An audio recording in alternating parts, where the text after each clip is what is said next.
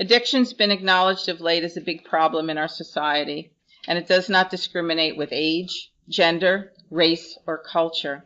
We have invited someone tonight who will be talking with us on the subject. It's a subject that he deals with every day in his work. I would like to introduce Steve Jevashevsky, who got his master's in social work, but he is also a substance abuse counselor, and his services are with the Hackensack Meridian Health Carrier Clinic. He's also director of the Blake Recovery Center. Steve believes that everyone can recover from addictive illness with the right motivation and treatment. He's been employed at Carrier Clinic for 14 years and can see over 1,200 patients a year at the Blake Recovery Center. Steve holds a bachelor's degree in psychology from the University of Phoenix and a master's degree in social work from the University of Southern California. He has published articles on addiction. He's been interviewed for multiple publications and media, and is a frequent guest at WCTC The Voice. He is a licensed clinical social worker, licensed clinical alcohol and drug counselor, and a certified clinical supervisor and motivational interviewing network trainer. So it is my pleasure to introduce Steve Jevashevsky. Steve. Great. So our objectives today are we're going to define substance use disorders. We're going to look at what does that mean. What does it mean to be, diagnosed with a substance use disorder. We're going to look at the prevalence. We're going to look at the etiology, the root causes. What are some of the causes of addiction, specifically to the elderly or older adults?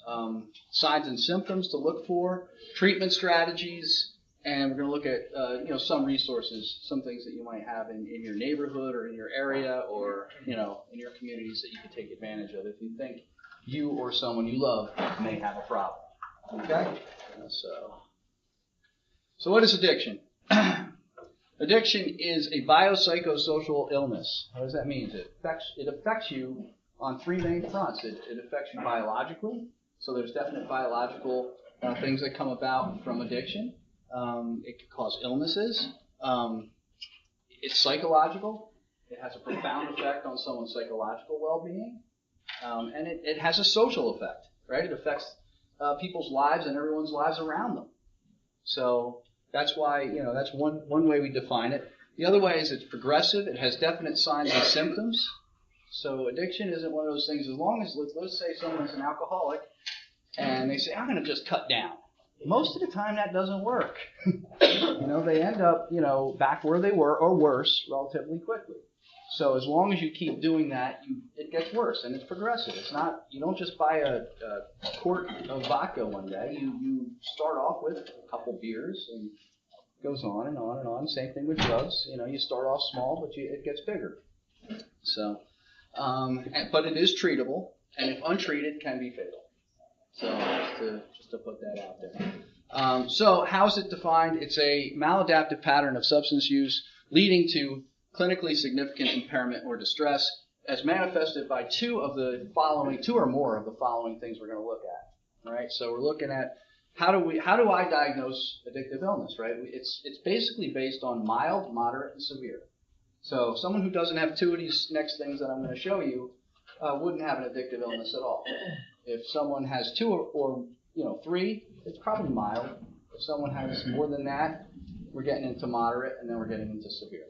Usually people that come to see me, because of the level of care I work at, you're already severe by that point. You have probably 6, 7, or 8 different things going on. Everybody with me so far? Yes. All right.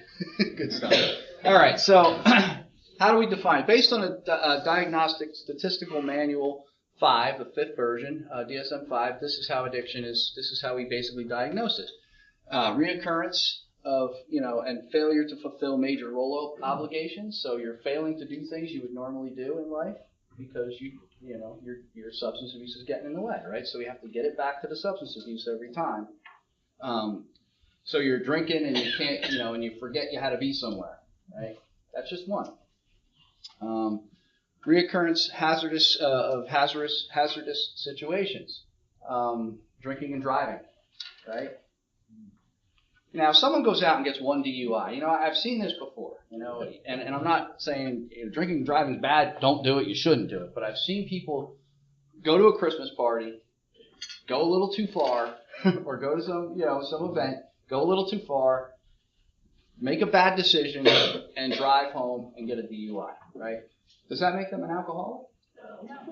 No, it happens, unfortunately. And now, what would make us look at this as a problem is if it reoccurs, right? So someone gets 2 DUIs and continues the same behavior. Someone gets 3 DUIs, continues the same behavior.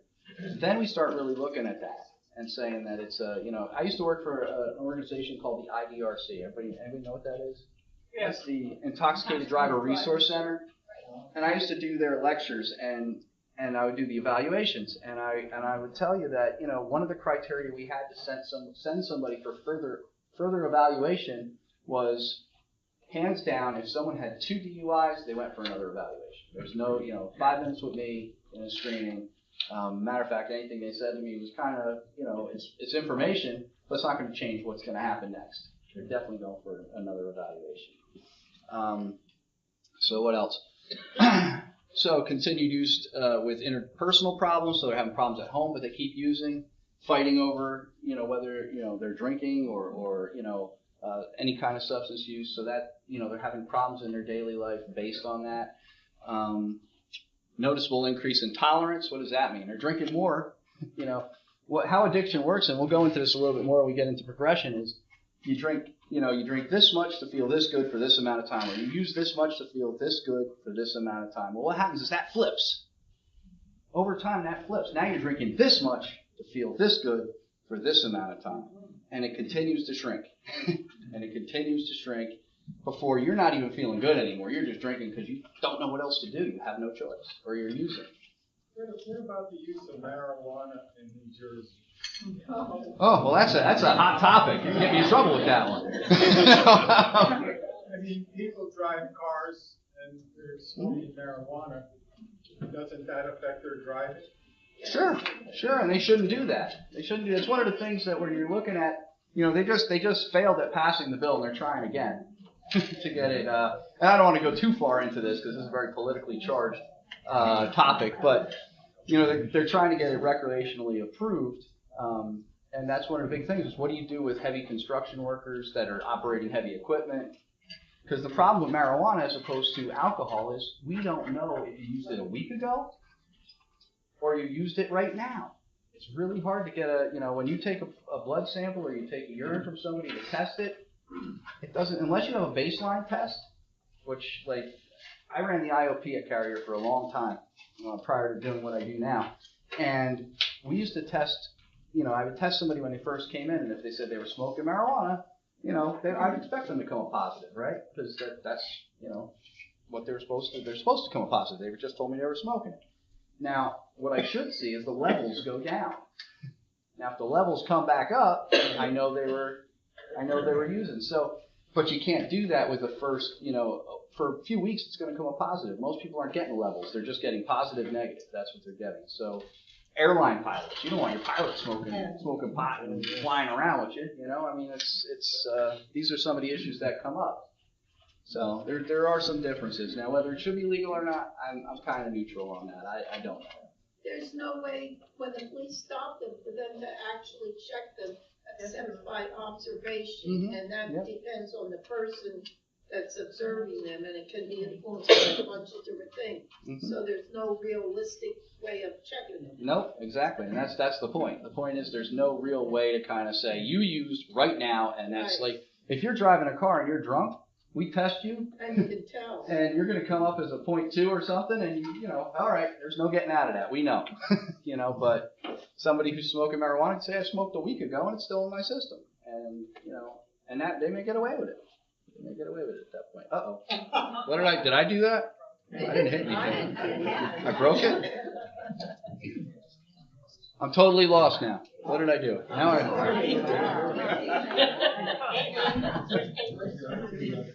All right, so what else you want to talk about?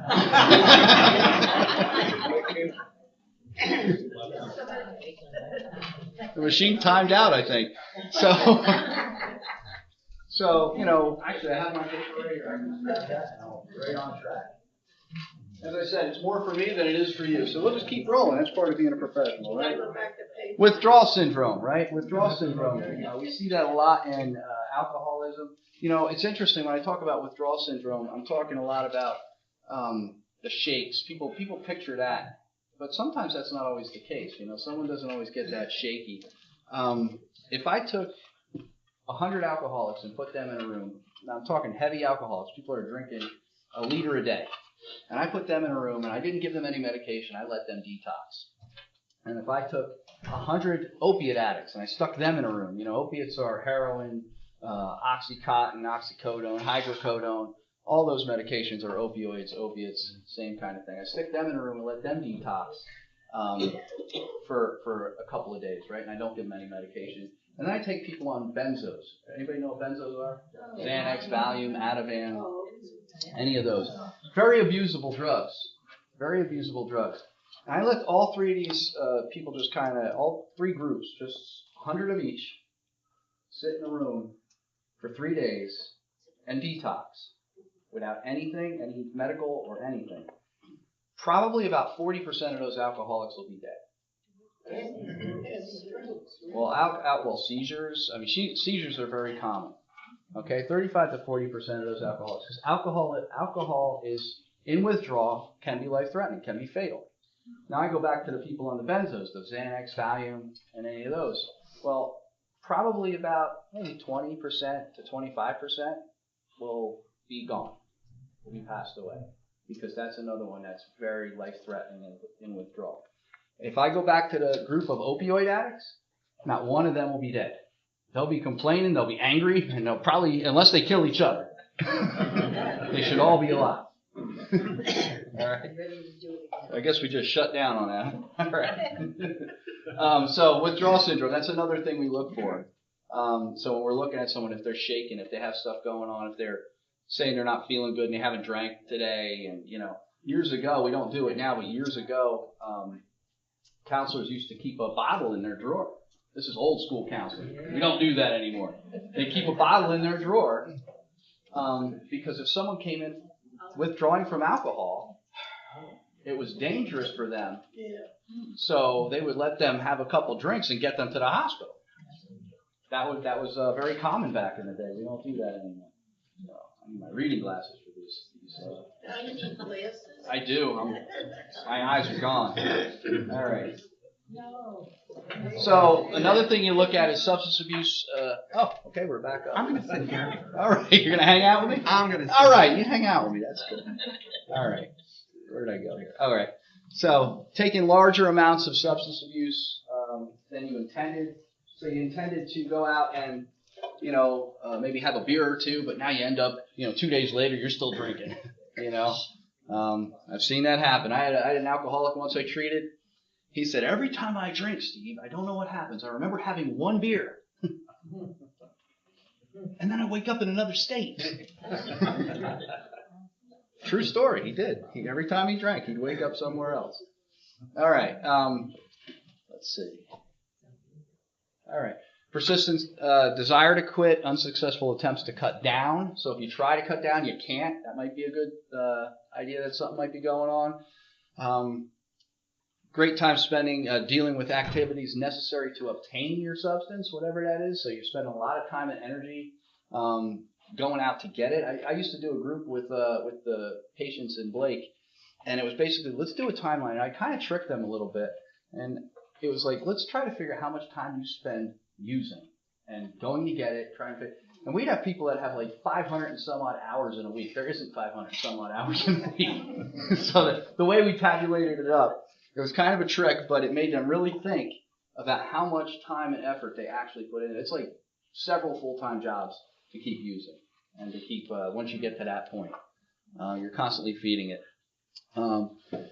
So looking at, stopping important recreational activities. These are some of the things. Occupational issues. You might have job problems due to your substance use. These are things that are going on. Physical problems. One thing that's very common in alcoholics and addicts is that they always put this, if I ever get to this point, I'll quit. If I ever get a DUI, I'll quit drinking. I can't tell you how many times I've heard that. Been drinking for 30 years, Steve, and I never got a DUI. Meanwhile, his liver's distended. So looking at something other, and I've seen the opposite. If I ever have a medical problem, this guy's got 6 DUIs. I've seen that happen too. So looking at whatever you don't have. Craving, strong desires to keep using, these are all part of the equation. So prevalence. This is some interesting statistics. It's estimated that citizens over 65 will number about 71 million in the United States by 2030. That's huge. It's a huge number, increasing more than 20% in the country's population. Of that 71 million, 16%, roughly 11 million, will need substance abuse services. So that puts it in a little bit of perspective for you as how this is increasing. So 24.5% of New Jersey population will be 60 or older by 2030, increasing by 30% from 2012. And 25% of older adults who seek treatment for behavioral health issues. Now this could be depression, anxiety, anything you can think of, also meet criteria for substance abuse treatment. Kind of puts a little perspective on it, a little bit. So risk factors, of getting older. Aging may lead to psychological, social, and health problems that may serve as a risk to misusing substances. I often use my grandfather. When I talk about this, I talk about my grandfather, who recently passed, but he was 94, lived a long life. I share this with people. He was like a pension plan's worst nightmare. Pension plan's worst nightmare. The man retired at 62 years old with a full pension and lived to 94. Took him broke. But he would often take medications, forget he took it, take it again. Now these are some of the risks for misuse. Is that you? What's going on? Sending me a sign. Don't talk about me. All right. Anyway. So he would misuse it, and he ended up in emergency room several times because he would forget. And, the doctors would try to figure it out, and there'd be all kinds of chaos going on around it, and it happened several times towards the end of his life. So, as I said, increasing multiple medications, misunderstanding medications, accidental overdoses, that's what he would do.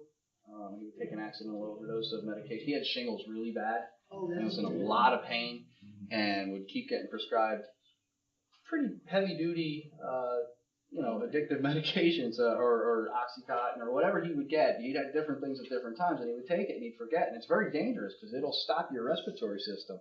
That's how people overdose on those drugs. You basically stop breathing.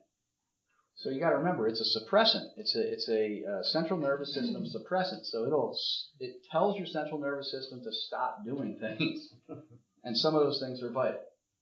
So breathing's really important. You want to keep doing that. So if you ever, just keep doing it. It's important. Retirement is also one of the things we've identified as, people sometimes they retire. Had a gentleman who was a CEO of a company. I had him in treatment years ago, and he came in and he said, "Steve, I don't know what happened." He's like, "I retired. And 2 years later, I'm sitting in your office.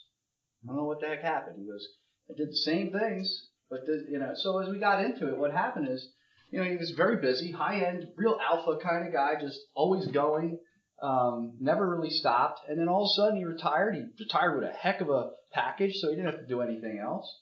And he started playing golf more." It is good, right? You think he's like, and he thought it was good because he's like, "Now I'm retired, I can get out on the golf course more." He got tired of it though. Well, what happened? It's interesting. What happened is he would go after he'd get done playing golf. he would go to the what is it called, the 18th hole? Yeah. See, I don't play golf, so matter of fact, if I do, it's a disaster. You don't want to see me play golf. But he would go to the 18th hole after he got done. 19th hole. Okay, 19th hole. Maybe you shouldn't drink at the 18th hole. Right? That's bad. Okay. All right. So he'd go to the 19th hole, and he would drink, and he'd have a couple drinks, and he'd go home, and that'd be the end of it. Well, that went on for a few months, and then he would start doing that halfway through the game. He would go to the 19th hole, and then before you know it, after spin a year forward, he's not even going to the 19th. He's not even going to play golf anymore. He's just going right to the 19th hole. And he's drinking with intention to go play golf, but he never gets out there. Then he stops going to the golf course altogether and just stays at home and drinks. And that's what brought him to me. And he did get sober, so just there's a good end to that story. But that's kind of how that can happen. Is that more relevant to men and women though when they retire? Problems like that? I don't know. I don't think so. You know? I think women too. I mean, there's a prevalence there of women who I see a lot of. I mean, we have about, I would say, 35 to 40% of our population in treatment is women. So, I would say. For boredom? Well, they're not being treated for boredom.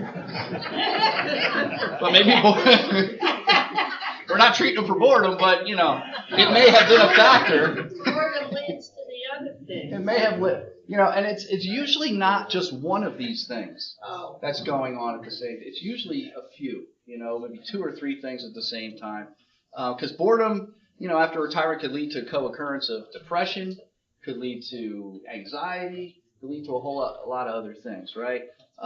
Unmarried living alone is also something that's been identified as because you're alone, sometimes it's like, okay, I could have a drink. I'll have a drink at such and such time. And then, before you know it, you drink earlier and earlier and earlier. We've all heard the term, it's 5 o'clock somewhere. Can't tell you how many times I've heard people say that. Chronic pain. Chronic pain's a big factor. You're in pain, and that was one of the things I said about my grandfather. He was always in pain. The guy was in pain constantly, and the only thing that I believe stopped him from actually overdosing on the medication or becoming addicted to the medication was he had a lot of family around him, kind of making sure. After the first one happened, everybody was kind of like, all right, we got to keep track of this for you, and he still found a way to do it again. But we eventually pulled it all together. Grief, the loss of a loved one. These are things. Social isolation. And there is a higher prevalence of addiction in older males. So yes, there you go. It's a long time ago when I wrote this. So. Right there. I know. There you go. All right, progression. How does that work? Well, as I said earlier, it goes from using a little bit to using to feel so this good for this period of time, and eventually that flips around. So progression could look a lot like I started drinking when I was in my teens, whatever that was. I mean, a lot of people, I get a lot of people now when I ask them, what age did you have your first drink? 13, 14 years old. And then it goes, and alcohol progression, interestingly, can take up to 30 years or even a little longer. So you could, we heard that functional alcoholic. Yes. I have an uncle who's a functional alcoholic, right? I said, my mother says, he's functional alcoholic. I said, that's a matter of time. That's really what that is. It's a matter of time. You're functional till you're not. Kind of what it comes down to. And the interesting thing about stage, as you get later in the stages of addiction, you get in the late stage addiction, he actually doesn't drink as much as he used to. Because he can't handle as much as he used to because his body's kind of fighting against him now. So it's the progression works in a kind of a weird way. You start drinking more and more and more, and then you can't drink as much. Heroin, opiates, those types of drugs can be about 2 years. It can be about a 2-year progression generally, sometimes less. Cocaine, real fast progression. I had a gentleman that did heroin for 15 years come through treatment. He did heroin for 15 years. Someone turned him on to cocaine, and he literally, that's what really took him down. Because it just was such a fast pace addiction, and he basically spent everything on cocaine. And gambling's pretty severe now, too. Uh-oh. We almost lost it again. I'm good. Houston, we have a problem. Not anymore. All right. All right. I have a question. Sure.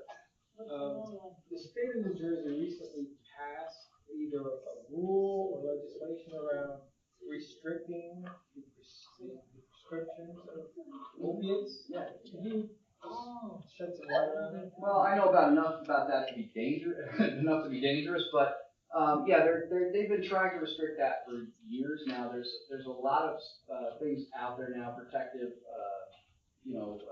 legislation out there. There's also pharmacies now go into this whole system where they're trying to make a compact where they can track prescriptions pretty well. Because what would happen, let me tell you, someone would get a prescription if they wanted to use and they were abusing their drug, they'd pay cash. They'd go pay cash for one prescription. They'd get one on their insurance. They'd go pay cash at another one. So they'd go to different doctors, different pharmacies, and there was no way to track it. Well, now the DEA is involved, and they've developed some ways to track it. So legislation nationwide is going towards trying to restrict it. They're also going after doctors who are prescribing over. They look at now, the DEA is looking at doctors who have high levels of prescriptions for opioid-type medication. So there's a lot of different things going on with that right now. I don't know the specific legislation you're talking about, but I know that's, there's a lot of stuff going on. Yep. So consequence. Don't they have a national thing for tracking drugs now? Yes. Yeah, they have like I said, they have the compact that they're trying to use. Yep, it's a federal program now that they're doing that. So, all right.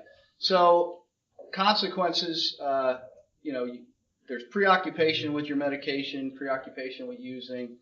These are all warning signs.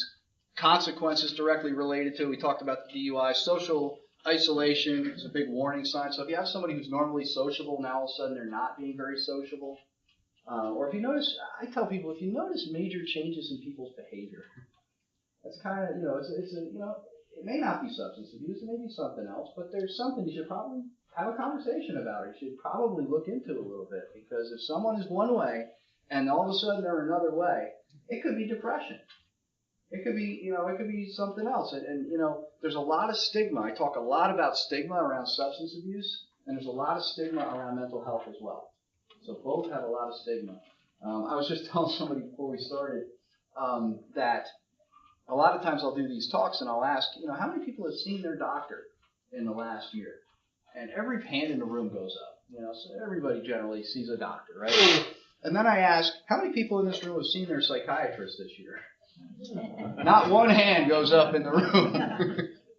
But chances are there's probably a couple people that have seen a psychiatrist, and that's the stigma. Nobody wants to kind of talk about the mental health part of it or the substance abuse part of it. We'll talk about, hey, I went to the doctor, sure, but I don't know nothing about no psychiatrist. So cognitive decline, different cognitive issues that might come up. One of the things you can look at is non-adherence to medical appointments. Sometimes, people who are experiencing substance use disorder will stop going to, medical appointments because they're afraid of what the doctor's going to tell them, or the doctor might find out. One of the things, and I do some education with doctors too, about asking the right questions. Yeah. Because they don't. A lot of times they don't. And I'll tell you, you see someone come in who's an older adult, and you're not thinking that there could be something going on. They might be abusing their medication, or they might have an alcohol-related issue, and they just don't want to go there. So I try to get them to start asking the right questions. Yes. Okay. You had a question. Is it the right one? It's a good one. All right. Do you know how many hours that they are educated on alcoholism or addiction? Well, I can tell you what it used. Yeah, I can tell you what it used to be, and I can tell you where it's going. So, doctors used to get 4 hours of addiction training in medical school. And how long ago was that? That was probably about 10 years ago. Yes, so that wasn't a real. So we're getting. No, it wasn't a really long time ago. And meanwhile, they are the ones who are prescribing medications that people can become addicted to. Or can see the signs and just don't know how to approach it. Yeah. And so there was very little training that doctors used to get. Now they're getting more now, and there's a big push to even give them more. I know at Hackensack, we're, the University Medical Center and the school now that we have, we have a whole fellowship on addiction. So, which is something we never had, that was unheard of. I think we have the first one in the country, fellowship on addiction psychiatry, and addiction, being a doctor. So there's a lot going on to change a lot of that. It doesn't take a genius to figure out that when you have someone who can prescribe that type of medication, you should educate them on what the possibilities are, what the signs and symptoms are, what to look for, But part of that is, we've ended up in an opioid epidemic. We've all heard that, right? And this is kind of part of a whole other conversation. How many slides I got left? I was asking the same question. Probably. Don't worry, I'll be done. I'll be done in a few minutes. I live here. We're all good. He probably does. Does he live here? It's like my office. I live in mine. It's like I joke with my staff all the time. They see my light off. It's because I've stopped moving. I'm at my computer and I've stopped moving for a long period of time. So my light just shuts off. And I think to myself, should I get up? And I leave it off, and my staff goes by my office about 25 times thinking I'm not there. So, and then I come out, they're like, what were you doing? I was asleep. Taking a nap. So reoccurrent accidents, unexplained things like that, are all part of it. Frequent visits to the emergency room, gastrointestinal problems, unexplained delirium or tremors, laboratory findings. If you go to the doctor and they do blood work and your loved one or you have high liver enzyme levels, things like that, it could be an indication that there's a substance abuse problem going on. You're doing damage at that point. Vacillating mood, you're up, you're down, you're all over the place. Like I said, this doesn't necessarily mean you have a substance abuse problem or a related issue, but it could be a sign of something. Something's going on. If you're normally not swinging all over the place, and now you are, probably something going on. Depression, anxiety. This is one of the things this is an old test, but it's still pretty relevant. The CAGE test for alcoholism or even addiction. But have you ever felt like you should cut down? That's if you ask somebody that, and they say yes, well, then, you go on to the next one. Have you ever been annoyed by people criticizing your drinking, right? It's another one. First of all, if someone else doesn't think you have a problem, they're not going to criticize your drinking. So sometimes that's a good look on the inside. Have you ever felt bad or guilty about your drinking? And have you ever had a drink first thing in the morning? It's an eye opener. 5 o'clock somewhere. We'll get back to that again. It's 5 o'clock. Does any of this apply to drug addiction too? Or just strictly it could. It was designed for alcohol, but it could. Generally, if someone's using heroin, there's something wrong. You use that once, there's something wrong. There's not like, have you ever tried to cut down? You might ask that to see what might work. Have you ever tried to cut down? Yeah, I did. How did it work? Well, it worked okay for a little while. What worked for you? What helped you? These are the questions you'd go for. So that's more of a treatment modality, but someone comes into my office and says, Steve, I just sniffed a bag or shot a bag of heroin today. Well, I'm pretty much at that point going to be, we're going to be looking at what you need to do because treatment is definitely in the works. So here's something interesting from NIDA in 2011. Older adults respond at least as well to therapies for substance abuse than younger adults. So that's a good thing. I had an older person in treatment a while back who said to me, Steve, I'm 72 years old. I've been drinking for 30 years. Pretty heavy. Why the hell should I stop now? Well, and it kind of stumped me for a minute. And I said, you know what? Because what do you want out of the next few years? What do you want to gain from your life? What? There's still a lot of time here. 72 is not, Yeah, it's not. You're not super old. It's what do you want to do? So then I meet the client where they dream. I don't meet the client where they are. I meet them where they dream. Where do you want to go? I think that's really important. When you talk to somebody, where do you want to be? So, like I said, older adults can respond to treatment. I've seen people, get sobriety in advanced ages. It doesn't You know, it's not something that's reserved for younger people. Substance abusers must be willing to do something. Now, it doesn't mean what you want them to do. They must be willing to do something. So I always say, you know, like I said, I had a client come in and say, Steve, I'm not an alcoholic. There's nothing you could do to tell me I'm an alcoholic. You know, I just got in some trouble at work. I said, okay. I'm not going to tell you you're an alcoholic.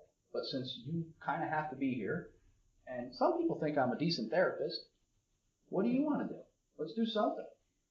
And we ended up talking about all kinds of other stuff, and we eventually got to the substance abuse, and we eventually did some good work. You know, so sometimes they have to be willing to do something, not necessarily where I want them to go or where you want them to go, but they have to be willing to do something. They have to have internal motivation at some point.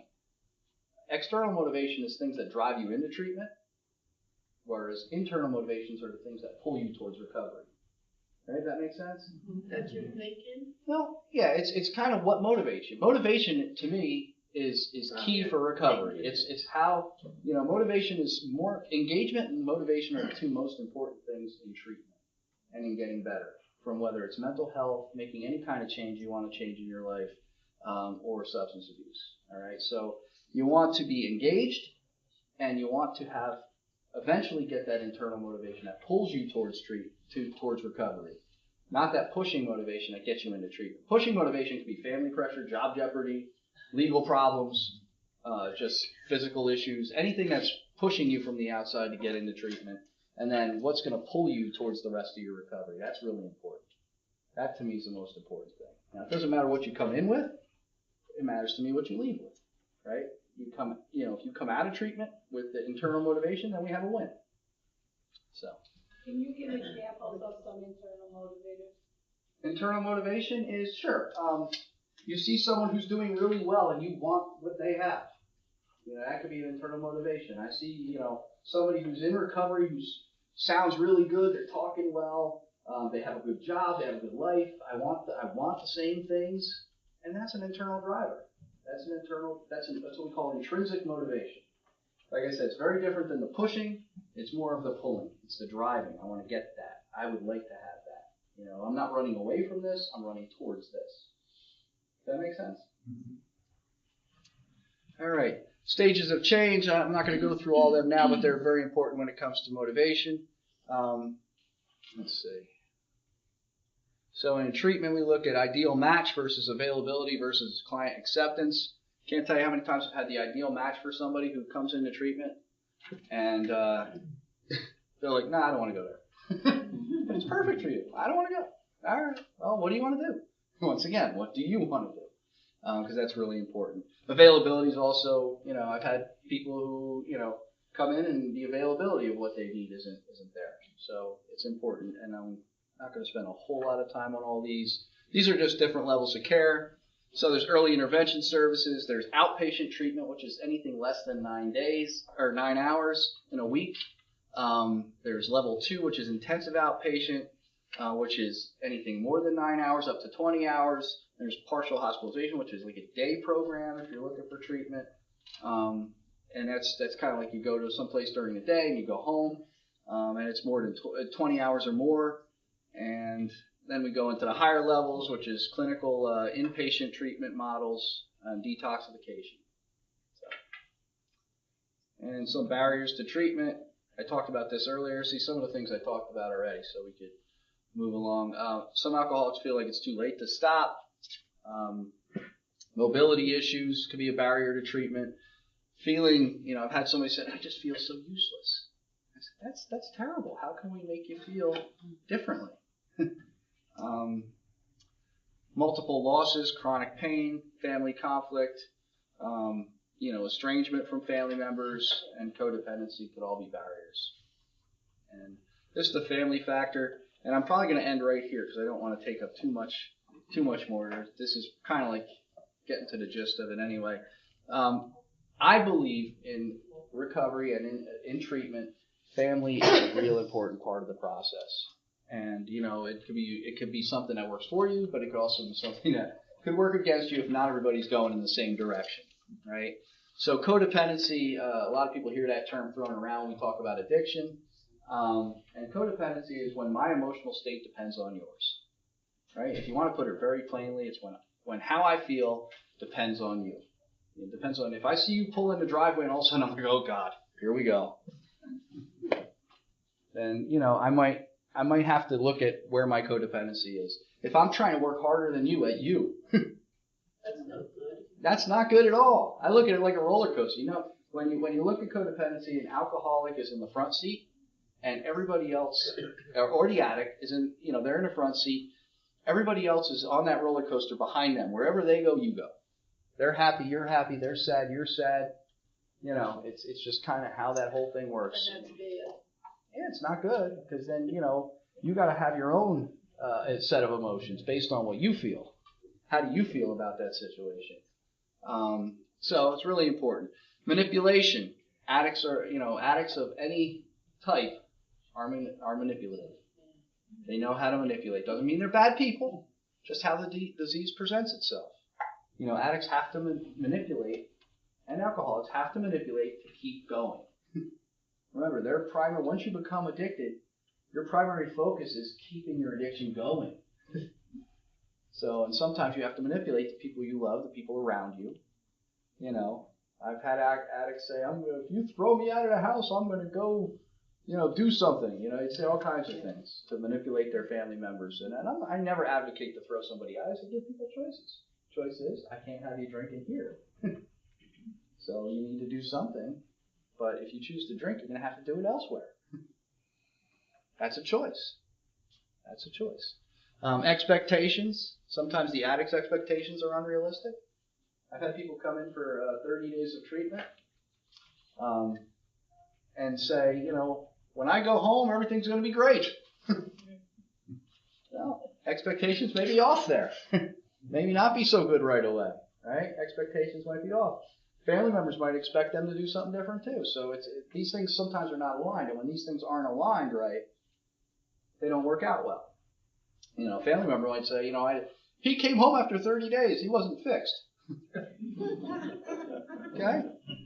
Well, trust. Trust is a major issue, and it, quite honestly, it sometimes should be when it's in that, when someone is manipulated and lied, and we all know addicts lie, right? Alcoholics lie.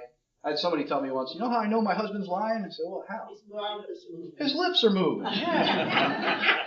Lips are moving. That's how I know. Family involvement is extremely important, and I just want to leave it there. I think it's really important. I hope this was helpful. I don't know how much. Do I have much time left or no? I'm pretty much on that. I have a little more time? Okay. You guys tired of hearing me talk yet? No. You got a lot of hands in the air, though. All right. We'll do questions. How's that? We'll stop with this. We'll do questions. All right. I saw yours first. We'll get over there in a second. Okay. Can you talk about the correlation between sexual abuse as children with them starting the drugs and the alcohol? Oh, yeah. You see a lot. I will tell you about 60% of the females I treat, and some, and a lot of the males, I'm going to tell you quite honestly, have had some type of sexual abuse history from somebody. It doesn't, a family member, a family friend, those types of things happen, and they do have a profound effect. There's a gentleman named Gabor Mate who wrote a book called In the Realm of Hungry Ghosts. And it's one of my favorite books to tell people to read because it's one of those books that he just has this interesting view on addiction and how it works. And he's a physician who works in Vancouver, Canada. And he basically, it's an interesting model that he works on. Is he has a place called Insight, and then upstairs is a place called Onsite. And Insight, now this would never work in the United States, could never do it. There'd be too many people that would go, what do you mean you're going to do that? And I don't know if it's good or bad. He's very controversial. But in Insight, they go in and they're allowed to use their drugs under supervision. Right? So there's nurses and social workers and people in this building, and they give them clean stuff to use with, and they let them do whatever it is they're going to do. And then if and when they decide they want to get help, they go on-site, which is upstairs, which is the treatment facility. And they actually have a pretty good rate of getting people from here to here. And they let them gravitate there on their own. And, people kind of, when they first started doing it in the Vancouver area, went kind of a little crazy because they said, we can't have these people in our neighborhood, but they're already in your neighborhood, he said. They're already there. Where do you think they're coming from? They're not driving here. So they're already there. They're not getting on the bus to come there. They're there. But what happened was the crime rate in that area went down, and the treatment, in that facility has a pretty good record. So I don't know, good or bad. He's controversial. I said you can never do it here. But getting back to your question, there is a very see, I told you I get distracted really easy. There's a very high prevalence of sexual abuse among people in addiction, and it also is a barrier to them getting back to getting well. Because if you don't treat the trauma, they're going to keep relapsing. And we see it in older adults as well. Same thing, some type of abuse that happened years ago or even recently. Unless you get to that and treat that in some way, there's a big thing right now called trauma-informed treatment or trauma-informed care, and we utilize that constantly to just make sure that our therapists and our counselors are aware that traumas are drivers here, and to get them to the right step in trauma therapy so that they can deal with that. It's real important. And Gabor Mate talks a lot about that trauma. Can you repeat his name again for me? Gabor Mate. Yep, Mate. He actually, like I said, he talks a lot about different types of traumas. And his theory, and he talks a lot in generalities, so when I first heard him speak, I didn't agree with everything he said, because he says all people, all addicts. He talks like that a lot. And I don't necessarily agree with all of anything. I think there are differences, and individuality is really important. But he does talk about, the traumas that people experience, whether he says all addicts, now this is one thing I could probably agree with, all addicts experience trauma. Now, you can look at that in a couple ways. First way is how you brought it up. Is there some childhood experience, and there's actually an assessment we use called the ACE that we can determine how severe and what what we should look at here in this, and the prevalence of or probability that there was some type of sexual abuse as a child. But he talks about that, and then he talks about the trauma that happens from just being an addict or being an alcoholic. It's traumatic to be that, right? It's traumatic to be an alcoholic. It's traumatic to be an addict. That actually rhymed. Don't mean to sound like Dr. Seuss there for a minute, but it's traumatic because you go through experiences as an addict that are traumatizing, right? So if you didn't have that started it, because you don't need to have trauma to be an alcoholic or an addict. You really don't. It's a driver, but it's not something that's necessary. But if you become one and you get to that point, it's a good possibility you're going to have traumas from just different experiences that you go through. Who had their hand up? I just wondered if there's one form of treatment that you find is more successful than others, statistically. Well, anything evidence-based treatment, and when I say evidence-based treatment models, it's basically that there's a lot of statistical information that backs it up. So it's been studied, it's been tested. I don't think any one model I could say works for everybody. So, and I'm a big individuality kind of guy. I like to look at the individual and see what might work best for them, because it's not necessarily one thing or another. What worked for Tom might not work for Jim, or Nancy or whoever. They're all different people. As a matter of fact, the place I'm actually currently putting a rehab together up north. And this rehab is going to be a different model than we've ever seen. It's going to be kind of like a treatment mall. So it's going to be, you go in, you have a base set of things you do in the beginning, and then when you get into the rehab part, you collaborate with your counselor and pick your program. Pick what you're going to do.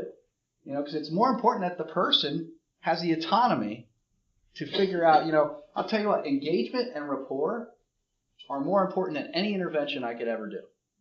If I get someone to trust me and feel like I care about what's going on with them, that's more important than any intervention ever. I could be an expert at CBT, Doesn't matter. If I can't engage the client or build a rapport with them, it makes no difference. So, yes. And I know you. All right, I'll get everybody. I promise. Two things. I mean, we mentioned that relapse is part of recovery, But it's not a requirement. No, but it is happening. The other is I would be remiss if I didn't mention that one thing everyone in this room can do when they leave here tonight is go through the medicine cabinet and take out anything they're not using. Not all of your police stations have a drop-off. That could save someone's life, and also. I'm sorry, we can't hear you. You gotta speak up a little bit. They can't hear you in the back. So make Or sure in the front. I don't know where your it is. medicine that you have that you don't use and take it to a drop-off. Because that could save someone's life. Our grandchildren, the AIDS, there's so many people that come in to contact with our loved ones and with you. And if you could take that and you can dispose of it, you can really save someone's life. Yep, excellent advice. Actually, I'll share this with you real quick. I have a minute, right? 1 minute. 1 minute. See, powerless over my own mouth. I can't help it. There's actually a thing going on right now. Addicts are going to open houses. Going to open houses. And they're posing as people who might buy the house. And they're going into the medicine cabinets and they're taking drugs out of the medicine cabinets. So, yeah, it's a new scam that they figured out. So, and I'll get one more question and then I do have to. All right, maybe two. Do I have time for two more? 2 questions and that's it. 2 more. I'm getting pulled off. I'm gonna get the cane in a minute. Is counseling covered by Medicare and Medicaid? Yes, it depends. It depends on where you go. Not all places accept that, but there are a lot of places that do accept Medicaid and Medicare. The state of New Jersey. We actually have 10 beds right now for Medicare at Harriet. The state of New Jersey does have a program. Yep. For everybody. The IME. Yep. Yeah. So they The interim. The interim. I think it's called the interim management entity, which is like the worst name ever. But you had one question. We are starting to see more seniors come to the rehab actually, who maybe the only time they were drinking was their hospital stay prior to coming into the skilled nursing environment. So we're treating them for their clinical issues, but they're still coming in with dependency issues. So I'm just wondering if there's any resources or anything we can be doing at this level, because it's not something we're necessarily prepared to treat, but it's definitely there, and you got to do something with it. Yeah. And there are plenty of. If you want, I'll give you my card before I leave, and I'll give you a stack of them. So anyone who's here could certainly, if you run into that issue, I will be glad to help you try to figure out where to send them, because there's a whole list I can give you of numbers to call, places to get them resources and help. But there's a ton out there. So don't let me forget. All right. All right. I guess I'm done. I'm getting kicked off stage. Thank you. Thank you so much, Steve. That was great. Thank you. Thank you.